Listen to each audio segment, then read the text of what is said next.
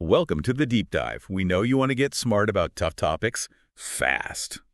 And today we're definitely tackling a challenging one. We are. We're diving into what it's really like caring for a parent with Alzheimer's. And our source for this is pretty unique, isn't it? Yeah, it's based on a YouTube video transcript from someone with like 11 or 12 years of direct, hands-on experience caring for their own mother. Wow. Okay. So this isn't theory. This is straight from the trenches, so to speak. Exactly. It's a personal story full of the day-to-day realities, the changes over time, really practical stuff. Perfect. So, listeners, if you want a real feel for Alzheimer's progression and caregiving strategies, this deep dive should give you some valuable, actionable perspective. Let's get into it. Where do we start? One thing that often comes up early is stuff going missing. The mystery of misplaced objects. It's classic, unfortunately. And the source shared a really vivid example. Oh, yeah? A keychain. Just 3 keys, long cord, simple thing. But it disappeared. And the key thing here is why it disappeared. Yeah? The mother, who apparently used to be super organized, Right. started taking things that seemed, well, out of place to her and putting them somewhere else. Somewhere that made sense in her reality at that moment. So it's not random hiding. It's her own logic, which is different now. Exactly. A reflection of the cognitive changes affecting memory, logic, spatial sense, all of it. And finding this keychain, I bet it wasn't quick. Quick, no. Try almost 2 months. 2 months for keychain. Seriously, where did they look? Everywhere you think of. Drawers, closets, inside shoes, the usual spots, and then some. Wow. So where did it finally turn up? This is like a detective story. It kind of is. Get this. A plumber found it. A plumber. Doing what? He was there for a bathroom job, looked under the sink, and there it was, wrapped around a water pipe. No way. Wrapped around a pipe under the sink. Totally unexpected. It just shows, you almost have to think illogically yourself sometimes to figure out where things might end up. And the source mentioned something important, too, about confronting the person. Right. Even if you find the item, maybe even right in front of them, and say, look, you put it here. They won't remember. Or they'll deny it. Yeah, often they genuinely won't remember doing it. The source said a common reaction is, I didn't do that. It's not defiance, it's the disease. A real disconnect. So frustrating, though. Any tips for finding things, other than hiring a plumber? Well, the obvious one for a phone is call it from another phone, right? Okay, sure. But for other things, the source basically said you have to, form a fantasy, try to guess the completely illogical place it might be. They even mentioned checking the fridge or freezer. The freezer. Okay, noted. So that's the misplacing objects puzzle. What about more serious issues like safety? Falls must be a big worry. Oh, huge. And the source is really clear. Falls can happen even when you're being super careful. It's something caregivers just have to be constantly aware of. They shared a specific incident. Yes. The mother fell right in the entryway of the house. She'd been walking around in the gallery area, came inside, but she'd left her cane behind. Uh-oh. And was the caregiver far away? Actually, no. That's a thing. Only about 20 meters away, so pretty close. Still happened. Wow. Did her personality factor in? Sometimes people are determined to do things themselves. Sounds like it. She was described as having a strong will, kind of restless, probably contributed to her moving without the cane, wanting that independence. Was she badly hurt? Thankfully, no serious injury, but she needed anti-inflammatories, pain meds. Okay. Standard stuff. But here's where it gets complicated behaviorally. Because the pain meds worked. Maybe a little too well. How so? They masked the pain, and because she didn't feel the pain, she completely denied the fall even happened. Seriously, she just forgot, or... Yeah, or maybe the lack of pain meant it didn't register properly. She apparently said things like, I never fell, you're crazy. Oh, man. That puts the caregiver in a tough spot. A really tough spot. They actually made a difficult choice. To let a little bit of the pain remain. Why? That sounds counterintuitive. So she would have some physical reminder of the fall. The hope was that feeling something might make her a bit more cautious next time, because just telling her didn't work if she didn't remember it. Wow, that's a heavy decision. Balancing comfort and safety awareness like that. Incredibly delicate. And it's often not just one thing, right? The source mentioned other health issues too. Asthma. Oh, yes. Which actually got better when they moved to the countryside, interestingly. But also glaucoma. And problems with picking oral meds because of vomiting and asthma attacks. It all just layers on, making pain management even harder. Right, everything's connected. So physical challenges, memory loss.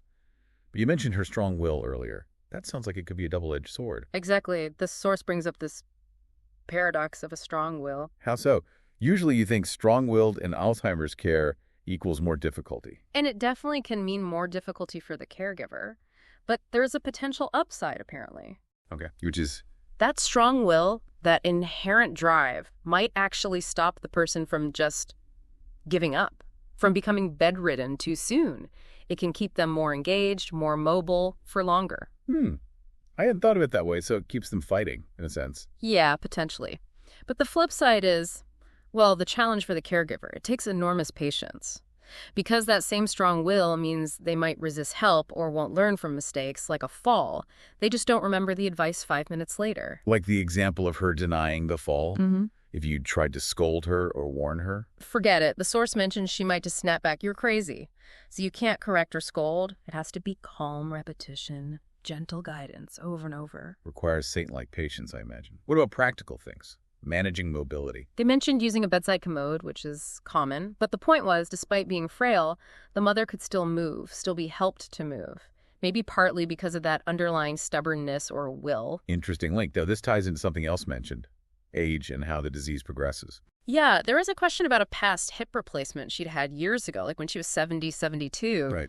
And the caregiver explained why they wouldn't consider more surgery now at age 90, but that led to a broader observation they'd made. Which was? That degenerative diseases like Alzheimer's or Parkinson's seem to progress more slowly in older people. Really?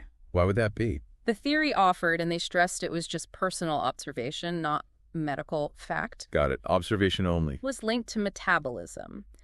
The idea is maybe a slower metabolism in older age also slows down the progression of these kinds of diseases. Huh. Any examples to back that up? They mention Huntington's, which is genetic and hits younger people faster, also muscle atrophy, and even their father's experience with cancer, diagnosed with an intestinal tumor at 83 but lived to 97, suggesting maybe it progressed slower than it might have in someone younger. Fascinating. Again, just an observation, but food for thought on how age might play a role. Absolutely.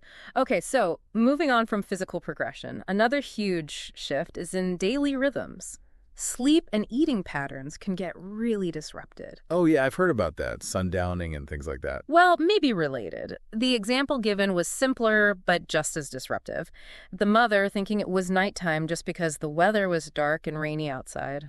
Misinterpreting external cues. That makes sense with cognitive changes. Right, and eating habits. This was really specific. Breakfast at 6 a.m., no problem. Yes. Lunch, big problems. There was one time she fell asleep, slept right through till mid-afternoon. Wow, okay. Long nap. Yeah, and then when she woke up, they gave her a light lunch, just some soup, and she immediately threw it up. Oh, dear. Why? Was she ill? They didn't think so. The likely reason, they figured, was her brain was just functioning much slower then. The communication between the brain and the digestive system wasn't working right. Her body just wasn't ready for food at that moment, even though it was lunchtime. So the internal signals were all off. Completely off. And the big takeaway here was you have to respect their schedule, not force yours. Adapt to them, not the clock on the wall. Exactly. Because later that same afternoon, maybe 3:30 or 4 p.m., she got hungry again. They fed her then, and she was perfectly fine, no issues. Dinner time also shifted later to like 7 or 8 p.m. So flexibility is key. You really have to follow their lead. Totally. Which becomes even more critical when you get to regression in really basic skills, things you'd never imagine having to teach an adult again. Like what? How to eat. You're kidding. Having to reteach someone how to eat. Yeah. The source described the whole process, showing the mother the food on the plate, cutting it into tiny pieces meat, pureed vegetables like potatoes, carrots, squash, spinach, things that are easier to digest, maybe also because of missing teeth. Okay. And then literally showing her how to pick up the spoon, scoop the food, and bring it to her mouth. Wow. And did she understand? She'd ask this heartbreaking question, and now how do I do it? Oh, that's tough. Every time. Every meal. Breakfast, lunch, dinner, constant repetition. The source made the point. A child learns this once, pretty quickly. But with Alzheimer's at this stage, the learning is gone by the next meal. You have to start over each time. Unbelievable patience required. Just incredible. Could she eat anything by herself? Interestingly, yes. Bread or breadsticks on the side, she could manage those okay. Strange how some skills remain and others go. It really is. So alongside managing these physical needs and regressions, there's the whole aspect of keeping the person engaged, finding things to do, distractions. Right, keeping their mind occupied, but in the right way. Exactly. Not overstimulated. The source had some practical tips, like for TV. Nature documentaries, good. Stressful news, bad idea. Too confusing, maybe upsetting. Makes sense. Keep it calm. Yeah. And tapping into things they used to enjoy. Old hobbies, interests. Finding simplified versions, maybe. And for reading, what works when cognition is impaired? This was interesting. Children's storybooks. Children's books, what? Bigger print, simpler stories, easier language. Less demanding for the brain to process. It's about providing stimulation without causing frustration.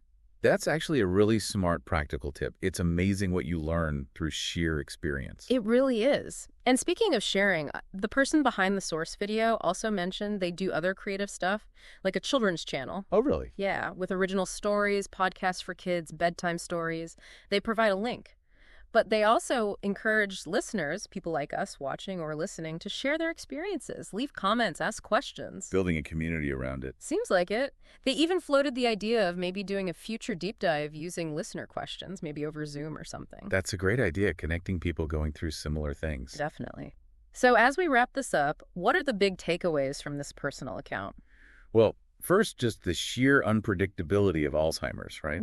From misplaced keys ending up wrapped around pipes to the seriousness of falls happening even when you're close by. And the absolute necessity of adapting. You can't fight their reality. You have to adjust to their schedules, their logic, their changing ability. Yeah, adapting to those altered sleep patterns, the eating issues, and the really tough calls like managing pain versus awareness after a fall. The complexity of it all. How personality, like that strong will, can be both a help and a hindrance. How age might affect progression, though we need to be careful there. Right. Observation, not medical fact. Yeah. And then the really profound stuff, like having to reteach basic life skills, eating.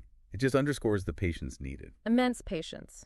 Flexibility, constant learning. It's a huge undertaking. It really is. It's incredibly demanding for caregivers. Yeah. And even for those of us just listening and learning, trying to understand, it builds empathy, I think. For sure. So maybe the final thought to leave people with is thinking about that resilience. Even in the face of losing so much cognitive function, there's still a person there, adapting in their own way, perhaps. Yeah. Or maybe thinking about what these experiences teach us, the caregivers, the family, even just observers, about patience, about love, about what really matters. It definitely makes you reflect. It certainly does. Yeah. A lot to think about after this deep dive.